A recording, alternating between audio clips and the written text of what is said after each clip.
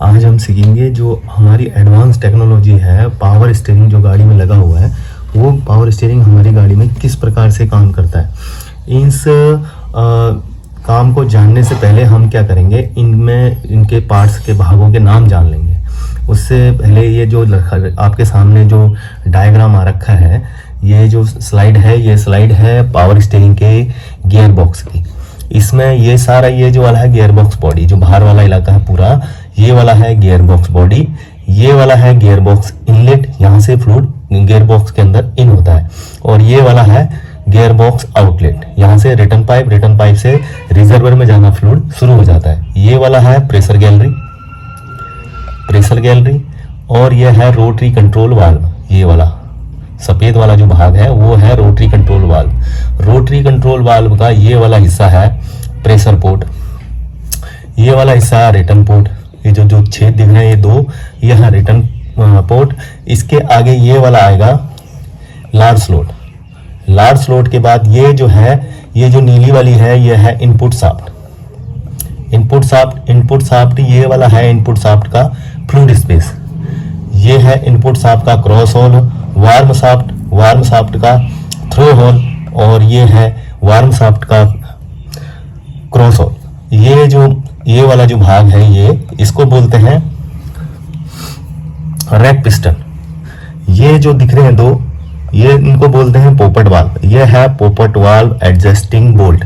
ये वाला है टॉर्जन बार एडजस्टिंग बोल्ट। यहाँ पर इन दोनों वार्म शाफ्ट और इनपुट शाफ्ट एक टॉर्जन बार की मदद से फिट है। ये वाली ऊपर वाली इनपुट शाफ्ट हो गई, जैसे कि मैं बोल दिया। और इसमें अब चाल के लिए हम आगे, जैसे हम गाड़ी को राइट टर्न करते हैं, स्टीयरिंग को हम राइट टर्न करते हैं, तो उसके अंदर क्या हरकत होती है। सबसे पहले हमारा स्टीयरिंग व्हील क्लॉकवाइज की हरकत करता है। उसके बाद जो स्टीयरिंग रॉड है वो क्लॉकवाइज की हरकत करती है। उसके बाद स्टीयरिंग रॉड के साथ यूनिवर्सल जॉइंट लगा होने के कारण वो भी क्लॉकवाइज की हरकत करता है। यूनिवर्सल का दूसरा वाला भाग है, वो है इनपुट शाफ्ट के साथ लगा हुआ होता है, तो वो भी क्लॉकवाइज की मूवमेंट करता है।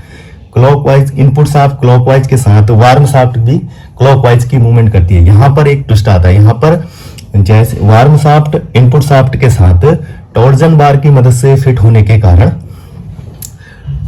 वह इनपुट शाफ्ट को 3 डिग्री दाहिने की ट्विस्ट मिलती है, या 3 डिग्री क्लॉकवाइज की ट्विस्ट मिलती है, जिससे इनपुट शाफ्ट के फ्लूइड स्पेस का मिलाप रोटरी कंट्रोल वाल्व के लार्ज स्लॉट से हो जाता है। अब इस समय पाथ ऑफ फ्लो हमेशा रहेगा। रिजर्वर से फ्लूइड आएगा सक्शन पाइप से आएगा एडवांस वेन पंप फ्लूइड को प्रेशर के साथ आगे प्रेशर पाइप की तरफ भेज देगा। उसके बाद प्रेशर पाइप से फ्लूइड आएगा स्टीयरिंग गियर बॉक्स के इनलेट में।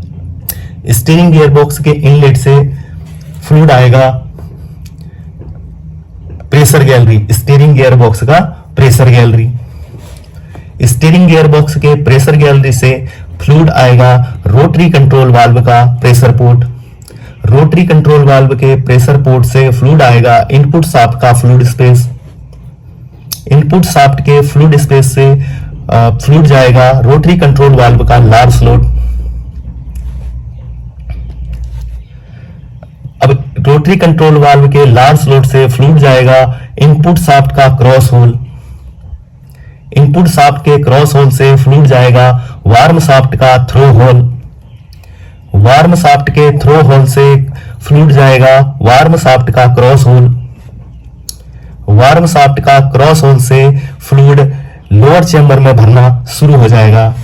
लोअर चेंबर में भरा हुआ फ्लूइड जो रैक पिस्टन है उसको ऊपर की तरफ दबाव डालेगा, या रैक पिस्टन पर दबाव डालेगा, प्रेशर डालेगा, जिससे रैक पिस्टन क्या है, मैनुअल और फ्लूइड की मदद से ऊपर की हरकत करेगा।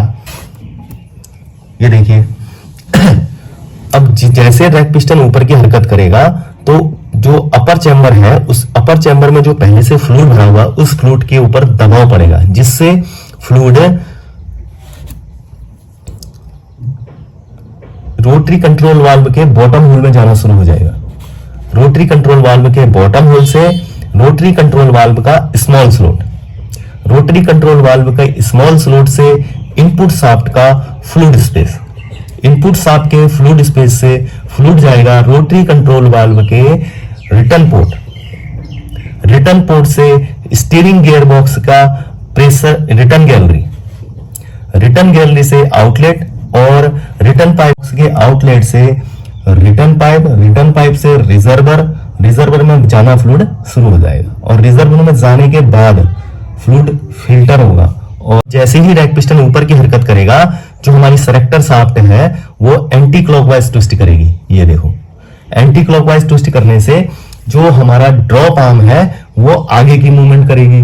ड्रॉप आर्म के साथ पुल एंड पुश रॉड लगी होने के कारण पुल एंड पुश रॉड भी आगे की हरकत करेगी और पुल एंड पुश रॉड के साथ हमारी स्टीयरिंग आर्म लगी है वो भी क्या करेगी, आगे की हरकत करेगी। और पुश स्टीयरिंग के साथ फ्लैंच लगा होने के कारण फ्लैंच दाहिने की मूवमेंट करेंगे। और पीछे से जो हमारा बैक साइड में टायर के जो हमारा बैक साइड में या फ्लैंच के पीछे साइड में जो हमारा नकल आर्म है, नकल आर्म बाएं की मूवमेंट करेगी और टाई रॉड बाएं की मूवमेंट करेगी और नियर साइड की नकल आर्म बाएं की मूवमेंट करेगी और नियर साइड का नकल फ्लैंच दाहिने की मूवमेंट करेगा और गाड़ी आसानी से दाहिने मुड़ जाएगी।